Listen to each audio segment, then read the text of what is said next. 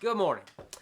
And I always say that because it's Friday morning here in the Gathering Library, and we're recording for Dive Deeper, which it will be the follow-up conversation to Sunday's message, and I'm excited about that. I have sort of backed off some of the scheduling that I intended because of some of the things that have happened in recent weeks, but I'm excited about the message for Sunday because I'm going back to a well that I've been to before. I'm going back to a passage that I enjoy, and Romans chapter 5 is a portion of Scripture from the pen of Paul by inspiration of God, which really gives us a sense of accomplishment, but more than that, not our accomplishment, God's accomplishment. And so as I begin putting together some of the thoughts for this coming Sunday morning, I'm thinking, all right, how does this roll out for us to understand that which God has accomplished? I mean, we live in a society and a culture where we say, what have you accomplished? We have what we call resumes, right? This resume in which we give an address, and maybe there's a picture, and then there's a listing of things that are very natural in our lives, or there's a list of education, or possibly position and jobs and all that. We kind of list our accomplishments, right? And so as I consider that, I thought, what is it that God has accomplished in us? You see? And then once God has done and continues to do what only God can do in our lives, in us, then becomes the sort of natural follow-up to what God has accomplished and what it is that God expects. And see, that's the thing. We can get caught up in legalism. And can I just go ahead and admit it? I'm a good legalist. I can follow rules. I can follow, what do you call it when you cook? A recipe. I can follow a recipe, right? And say, okay, well, here's my flour, and here's my eggs, and here's my cocoa, and here's my sugar, and here's my milk, and now what I've got a cake, right? I can follow a recipe. But God's recipe for us, God's accomplishment in us, God's expectation of us. I want to reflect on a passage in a book that we don't often talk about. It's the prophet Habakkuk. Now, a lot of times when I preach from a minor Old Testament prophet, I have to give page numbers because people can't find them. Habakkuk is one of the prophets of the Old Testament. He's actually one of the prophets to the nation of Judah after the division of the northern kingdom and the southern kingdom, and Habakkuk delivers an oracle, is what it's referred to the nation of Judah. What's happening is Judah has been in this period of revival, and Josiah, a very righteous and godly king, dies, and his successor, Jehoiakim. Now, there's a couple. I might have missed up. Jehoiachin. Anyway, Josiah's successor is not a worthy successor to lead the people of Judah. And so Habakkuk has this oracle in which he questions God. He says, God, how long will you allow unrighteousness, injustice? How long, God, will you allow evil to continue to exist, to actually have triumph over your people? And then in chapter 2, it's really cool because Habakkuk kind of asks all his questions in chapter 1. And then in chapter 2, and I'm going to read it from the Message translation just because it just sort of flows. It just sounds good. It's not that it's a literal translation, but it just gives sort of the emotion, okay, of what Habakkuk is communicating. And in chapter 2, verse 1, he says, what's God going to say to my questions? I'm braced for the worst.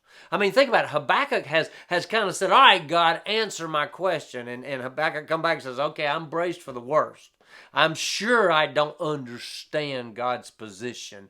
I'm sure I don't understand what God's accomplishing. But Habakkuk says, I'll climb to the lookout tower and scan the horizon. I'll wait to see what God says, how he'll answer my complaint. And then here it comes, and then God answered. I love it. And then God answered. Write this. Habakkuk, write this. Write what you see. Write it out in big block letters so that it can be read on the run. I want it big enough that if you're running by it, you can read it. This vision message is a witness pointing to what's coming. It aches for the coming. It can hardly wait, and it doesn't lie. If it seems slow in coming, wait. It's on its way. It'll come right on time. Look at that man. Now, that man is sort of the reference to the Chaldeans, the empire that is coming against God's people. He says, look at that man, bloated, puffed up by self-importance, full of himself, but soul empty. He's empty inside. He looks puffed up, he looks full, but he's empty inside.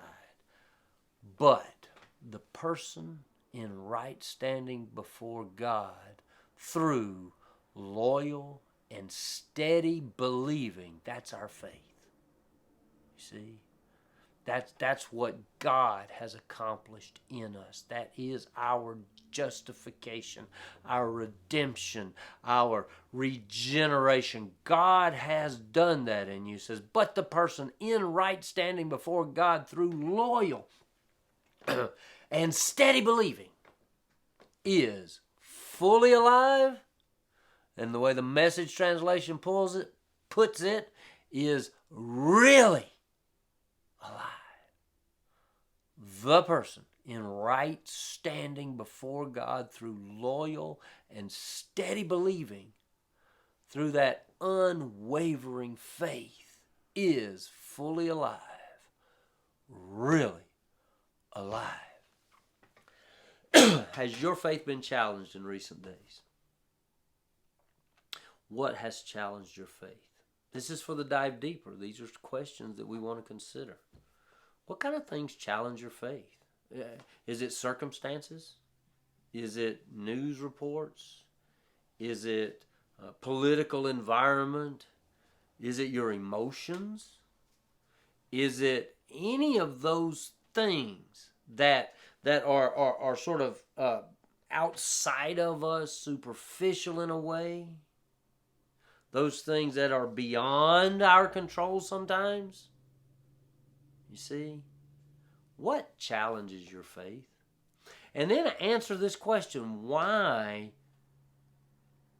All right, so basic question, why does it challenge your faith? Or can I be more pointed in this and say, why do you allow it to challenge your faith? Why do you allow circumstances, emotions, events to challenge your faith? Because the person in right standing before God through loyal, steady, believing faith is fully alive and really alive. We don't waver.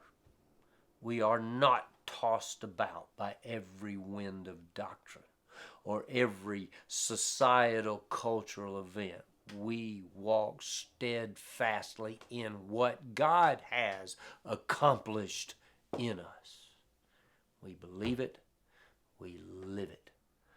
Don't let your faith be challenged in these days.